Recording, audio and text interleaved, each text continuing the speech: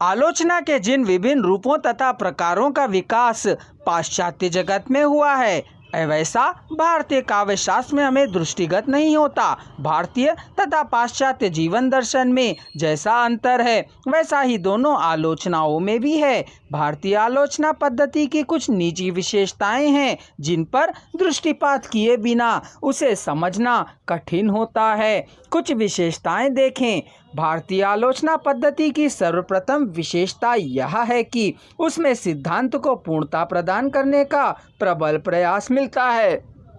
यहाँ हम यह कह सकते हैं कि यदि किसी आचार्य में कोई तर्कपूर्ण सिद्धांत स्थापित किया है तो परवर्ती आचार्यों ने तटस्थ और निष्पक्ष भाव से उसका अध्ययन कर उसे व्यापक और विशद बनाने का भरसक प्रयत्न किया है। इस प्रयास में उसने पूर्ववर्ती सिद्धांत में विकास की कड़ियों को ही नहीं जोड़ा, बल्कि कहा जाता है कि विरोधियों के मतों का सतर्क खंडन भी किया है। अतः हम कह सकते हैं कि इस प्रकार भारतीय आलोचना पद्धति में सिद्धांत अधिकाधिक विशद, स्पष्ट और निभ्रांत होता चलता है। भारतीय आलोचना पद्धति की दूसरी विशेषता यह है कि वह व्यक्ति प्रधान न होकर विषय प्रधान है। भारतीय आलोचना में जिस विषय को लिया जाता है उसका सूक्ष्म और विस्तृत विवेचन किया जाता है।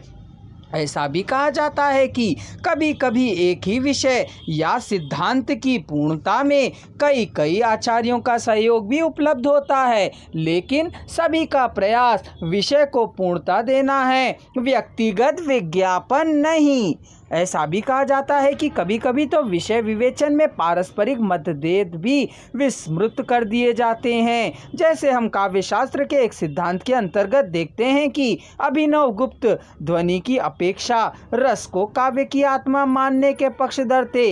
ऐसा उनके ग्रंथ में ही हमें स्पष्ट मिलता है।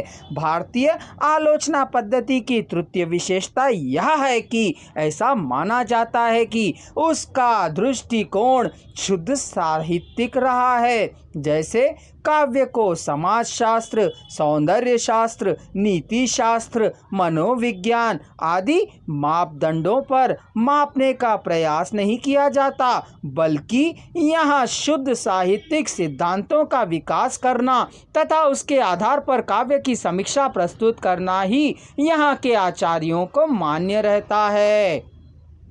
ऐसा भी कहा जाता है कि भारतीय आचार्यों ने सिद्धांत निरूपण में समाजशास्त्र, सौंदर्य शास्त्र, नीति शास्त्र का ध्यान तो रखा है, लेकिन काव्य समीक्षा का मानदंड काव्य सिद्धांतों को ही माना है, विभिन्न शास्त्रों को नहीं। यही कारण है कि हमारे यहाँ सौंदर्य शास्त्रीय, मनोवैज्ञानिक, समाजशास्त्रीय आलोचना आदि दृष्टिगत नहीं होती। यहाँ मैं यह कहना चाहूँगा कि आज समाजशास्त्रीय, सौंदर्य शास्त्रीय, नीति शास्त्रीय दृष्टि भी विकसित होने लगी है, किंतु वह भारतीय दृष्टिकोण से कोसों दूर पाश्चात्य दृष्टि का अनुकरण मात्र ही कहलाएगी।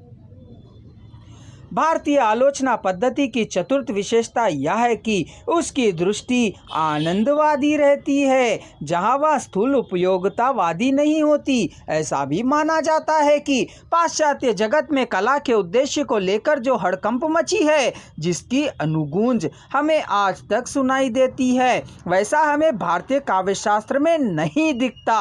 भारतीय आलोचना पद्धति की पंचम विशेषता यह है कि वह समस्त अन्वेषित सौंदर्य तत्वों को एक सूत्र में बांधने का प्रयास करती है और इनमें परस्पर अंगाभिभाव संबंध स्थापित करती है। वस्तुतः हम यह कह सकते हैं कि अनेकता में एकता स्थापित करना भारतीय संस्कृति की प्रमुख विशेषता है, जो संपूर्ण भारतीय वाङ्मय में किसी न किसी रूप में प्रकटित हुई है।